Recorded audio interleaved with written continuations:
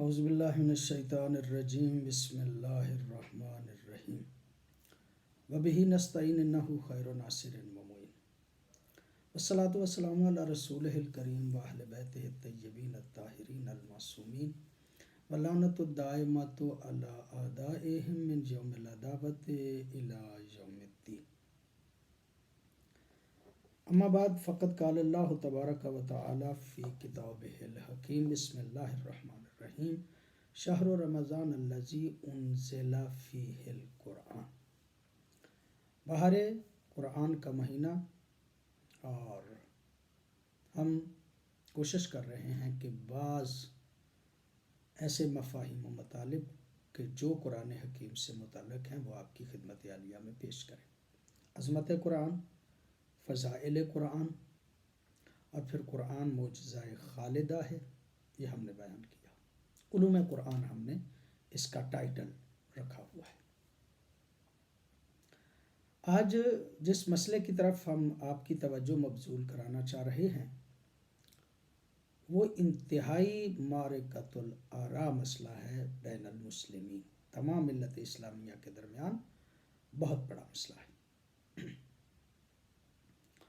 اور وہ مسئلہ ہے تحریف قرآن کا، کہ قرآن حکیم میں تحریف ہے یا قرآن حکیم میں تحریف نہیں. یہ پروگرام جو ہم آپ کی خدمت عالیہ میں پیش کر رہے ہیں نا، اس میں ہمارا ہدف اور مقصد اختصار ہے.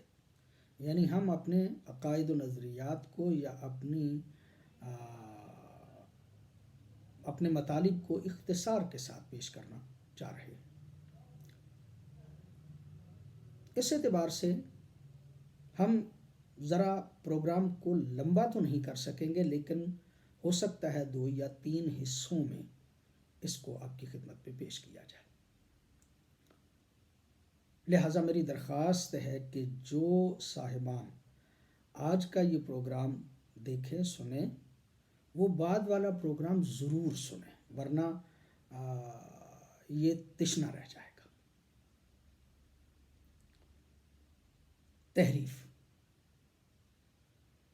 تحریف کا معنی کیا ہے اور کس کس اعتبار سے قرآن حکیم میں تحریف تصور کی جاتی ہے.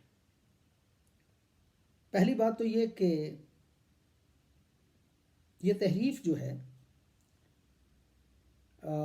اس کے کئی ایک معنی ہیں قرآن حکیم کے حوالے سے.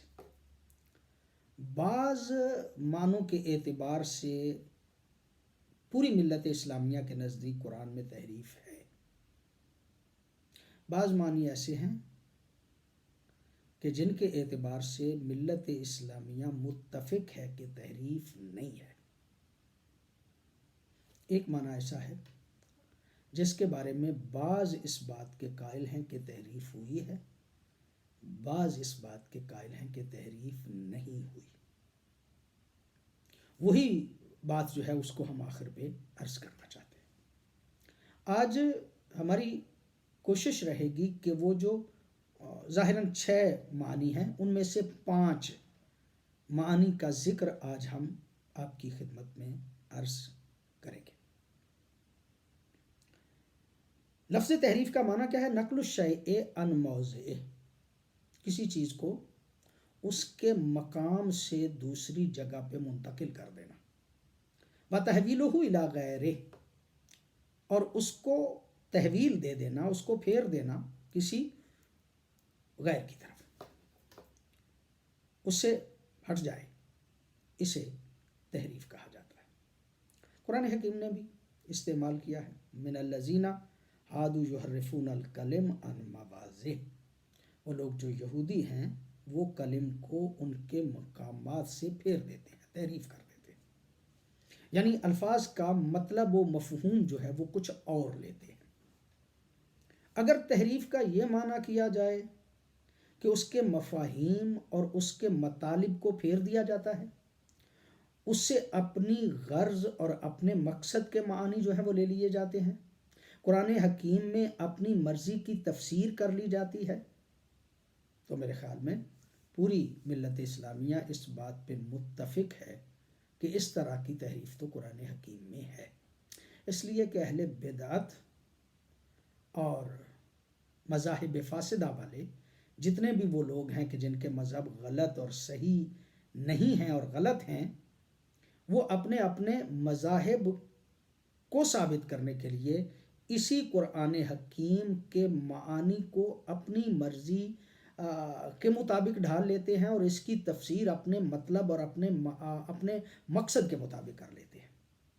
قرآن حکیم کی اپنی مرضی سے تفسیر کر لینا، اس کے معانی کو بدل لینا، اگر تحریف کا یہ معنی ہے کہ معانی کو بدل دینا، اس کے مفاہیم کو بدل دینا، تو یہ تو باتفاق المسلمین سب کے نزدیک قرآن حکیم میں اس طرح کی تحریف واقع ہوئی ہے۔ سرکار حضرت مولا حضرت امام محمد باقر علیہ السلام نے بھی اصول کافی میں یہ روایت ہے کہ ایسے لوگوں کی مذمت کی ہے کہ جو قرآن حکیم کی تفسیر کرتے ہوئے اپنے مقصد اور اپنے مطلب کے تحت قرآن حکیم کے الفاظ کے معنی و مفاہیم کو بدل دیتے ہیں۔ ایک معنی اور ہے تحریف کا کیا جا سکتا، اور وہ یہ ہے کہ نقص اور زیادتی حروف یا حرکات میں، جبکہ اصل قرآن محفوظ رہے اور ضائع نہ ہو۔ یعنی اصل قرآن پوری طرح سے موجود ہے، اس میں سے کچھ ضائع نہیں ہوا اور محفوظ ہے قرآن، لیکن پھر بھی تھوڑی بہت حروف کی یا حرکات کی تبدیلی جو ہے وہ آ گئی۔ مثال آپ کی خدمت میں، مالک یوم الدین، مالک، اس کو لکھنے کے طور پہ جب اس کو تحریر صورت میں لکھا جاتا ہے تو بعض میم، الف، ما، لام اور قاف کے ساتھ لکھتے ہیں مالک، اور بعض اوقات آپ نے دیکھا ہوگا کہ قرآن حکیم میں میم، لام اور قاف لکھا جاتا ہے، الف نہیں لکھا جاتا، لام پہ کھڑی زبر دے دی جاتی ہے جس سے آواز وہی پیدا ہو جاتی ہے کہ جو الف والی تھی۔ اس کا مطلب یہ کہ قرآن حکیم کے لکھنے میں بعض نے الف کو لکھا اور بعض نے کھڑی زبر دے دی، الف نہیں لکھا۔ اس کا مطلب یہ کہ اصل قرآن جو ہے اس کے حرکات اور حروف میں تھوڑی سی تبدیلی آ گئی ہے۔ اگر نقص اور زیادتی اس قسم کی جو ہے وہ ہو جائے ہے تو یہ بھی تحریف، اور یقینی سی بات ہے کہ یہ تحریف جو ہے وہ قرآن حکیم میں ہے بے اتفاق المسلمین۔ سارے مسلمان اس بات کا یقینی طور پہ اعتراف کرتے ہیں کہ یہ تحریف تو ہے۔ ایک تحریف کا اور بھی معنی ہے نقص اور زیادتی کسی کلمے کی یا کئی کلمات کی۔ قرآن حکیم میں کچھ بڑھ گیا یا کچھ کم ہو گیا، جبکہ اصل قرآن جو ہے، نفس قرآن جو ہے وہ موجود ہے، اصل قرآن محفوظ ہے، لیکن اس کے باوجود قرآن حکیم کے میں کسی ایک کلمے کی یا کئی کلمات کا اضافہ یا کمی کر دی گئی۔ یہ معنی اگر تحریف کا کیا جائے تو یہ اس زمانے میں تو موجود نہیں ہے، اس پہ بھی پوری ملت اسلامیہ متفق ہے کہ اس زمانے میں یہ موجود نہیں ہے، لیکن صحابہ کرام رضوان اللہ علیہم کے زمانے میں اس قسم کی تحریف تھی۔ بعض اوقات الفاظ بعض کے نزدیک زیادہ تھے، بعض کے نزدیک کم تھے۔ یہی وجہ ہے، اس پہ جمع قرآن کے حوالے سے ہم تفصیلاً گفتگو کسی حد تک کریں گے، لیکن یہی وجہ ہے کہ حضرت عثمان کو ایک قرآن پر ملت کو جمع کرنا پڑا، اور باقی جتنے مصحف دوسرے لوگوں کے پاس موجود تھے حضرت عثمان نے ان کو منگوایا، اور یہ بات متفقن علیہ ہے کہ حضرت عثمان نے وہ جو قرآن حضرت زید بن ثابت کی سربراہی میں جمع کروایا تھا، اس کے علاوہ جتنے بھی مصاحف تھے دوسرے صحابہ کرام کے، ان سب کو جو ہے وہ یا تو جلا دیا جو الفاظ تاریخ میں موجود ہیں، یا ان کو مطلب دفن کر دیا، یا جو بھی کیا ان کے ساتھ، وہ جو باقی صحابہ کرام رضوان اللہ علیہم کے مصاحف تھے وہ ختم کر دیے گئے، اس لیے کہ ان میں یا تو کمیاں تھیں یا زیادتیاں تھیں۔ البتہ اس اعتبار سے یہ تحریف بھی